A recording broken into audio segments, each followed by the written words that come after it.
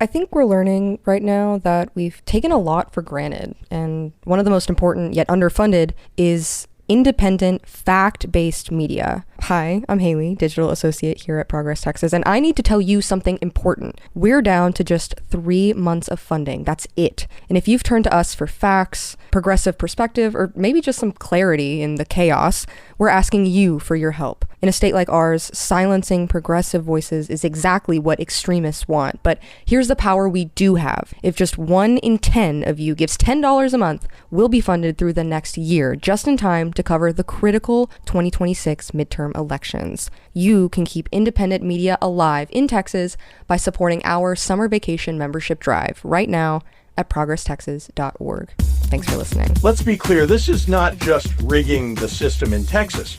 It's about rigging the system against the rights of all Americans for years to come. Texas Republicans submitted to the president's orders and took steps to advance Trump's Texas takeover.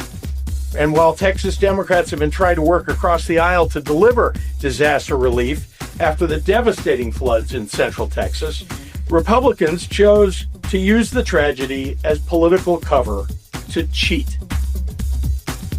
Illinois Governor J.B. Pritzker from last night's presser in Chicago. It's Monday, August 4th, 2025, and this is the Progress Texas Daily Dispatch. Rapid response on the breaking news stories Texas progressives need to know. I'm Chris Mosier. Completely unsurprising in that it's one of the last options available and that it had been all but promised for weeks, but still shocking and that it turned out to be necessary. A breakdown this morning on the Democratic quorum break, only the 6th in our state's 189-year history. Kayla Guo and Eleanor Klibanoff of the Texas Tribune say most of the Democratic delegation to the Texas House fled the state yesterday in a bid to block passage of a new congressional map ordered at mid-decade by Donald Trump out of his wish for 5 additional Republican seats in the U.S. House next year. A further escalation in what's looking to be a potential nationwide fight over redistricting ahead of next year's midterm election. As things stand this morning, the Republican-controlled Texas House of Representatives is deprived of a quorum, the number of lawmakers needed to function under House rules, ahead of a vote on that draft map that was supposed to happen today. Most of the House Democrats are in the Chicago area, but some headed to New York to meet with Governor Kathy Hochul, who is mulling a retaliation with new maps in her state, and a third group of Texas Dems is headed for Boston, where they will attend the National Conference of State Legislatures annual summit. They're likely to steal that show somewhat, all things considered. The view from the Windy City from Rick Pearson at the Chicago Tribune, who calls the move a nuclear option. As a supportive Illinois Governor J.B. Pritzker met the Dems at O'Hare International Airport, followed by a late-night news conference in which Governor Pritzker praised the Texans for displaying, quote, a righteous act of courage, unquote, referring to Donald Trump as a cult leader and a would-be dictator with complete control over Texas Republicans, compelling them to surrender a special legislative session in Austin that was supposed to provide relief for last month's flood victims to Trump's whim. As Pritzker said, quote, let's be clear, this is not just rigging the system in Texas. It's about rigging the system against the rights of all Americans for years to come. They are attempting to cheat. And I think we all know Donald Trump is a cheater. So is the Attorney General of Texas, Ken Paxton, in so many ways. The cheating here is the fact that we are midstream in 2025 and they want to rewrite the map, and for only one reason. The cult leader of their party tells them to do it because he knows he's going to lose control of the House of Representatives, unquote. In a more reasonable and less insane timeline, Texas Republicans might be taken aback at the drastic move by their Democratic counterparts, step back a moment and wonder, why are they so upset? Do we really have to do this? Why exactly are we doing this? Is what we're doing in the best interests of our constituents, of our state, of our very democracy? But that's another timeline. In this timeline, Governor Abbott is already apoplectic, issuing a statement last night that he plans to attempt to remove from office any Democratic lawmaker who doesn't show up to the Capitol by 3 p.m. today, calling their exit, quote, an abandonment or forfeiture of an elected state office, unquote, and threatening to, quote, invoke Texas Attorney General opinion number KP0382 to remove the missing Democrats from membership in the Texas House, unquote. What the hell is he talking about? Texas Attorney General opinion number KP0382 is not an enforceable law. It's rather a formal written opinion by Ken Paxton that was issued 4 years ago in August of 2021, stating that he thinks Texas courts can recognize abandonment of office as grounds for declaring a legislative vacancy. It does not give the governor the legal right to do so himself. Rather, it states a belief on the part of the Attorney General that that's a legal possibility in the courts.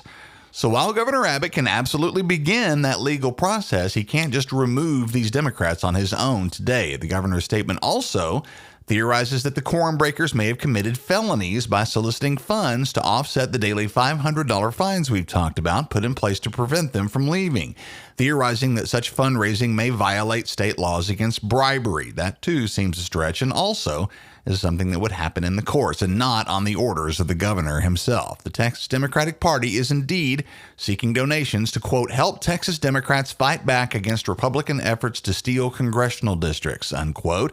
And we've placed a link to that page in our show notes this morning. As we all know, this could be just the beginning of a nationwide arms race of sorts as other states, both red and blue, engage in a domino effect of reactionary redistricting efforts of their own. Gromer Jeffers Jr. at the Dallas Morning News says the overt use of redistricting as a political weapon is a departure from traditional political norms that threatens to deepen already wide and bitter political divisions in America. Larry Sabato, founder and director of the Center for Politics at the University of Virginia, says, quote, what this is doing is increasing the partisan division and acrimony throughout the country. It's another war between the states, and this is the last thing we need. I don't care who ends up benefiting from it. They have made our national divisions much worse.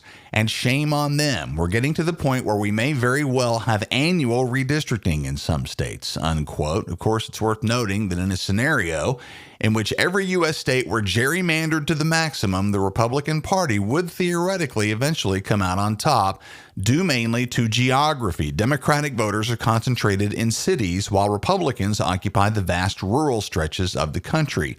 It's easier for Republican states to pack and crack their Democratic opponents than it is for Democratic states to do the same. The drama is underway, and we're following closely. Austin listeners and soccer fans, take note. We're planning a live podcast taping event for Monday, September 15th with All-Star Austin goalkeeper Brad Stuver, co-hosted by Landon Cottom of the great Austin FC podcast Moon Tower Soccer. We're going to be talking about Brad's progressive activism, along with his wife Ashley, both of their ventures into political advocacy, including their own Brad and Ashley Stuver Foundation, and the courage it takes for public figures to stand up for what's right these days, plus yummy beers. We're going to be doing all of this at Hop Squad Brewery in North Austin near the stadium. Sponsorship opportunities are up right now, and individual tickets will be on sale soon at ProgressTexas.org. Again, mark your calendar for Monday, September 15th, podcast taping with Brad Stuver at Hop Squad in Austin. Our mission at Progress Texas is to counter the billionaire and corporate-funded conservative disinformation machine at a moment when funding for public and independent media outlets and media figures who don't bow down to MAGA is under full attack.